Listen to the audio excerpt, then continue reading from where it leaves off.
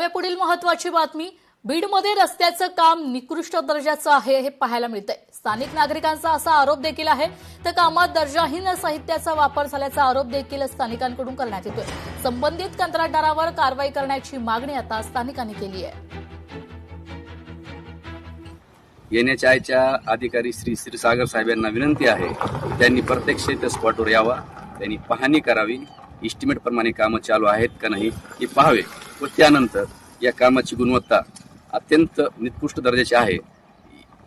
या कामामुळे इथे येणाऱ्या नागरिकांना प्रचंड हाल सहन करावे लागलेत।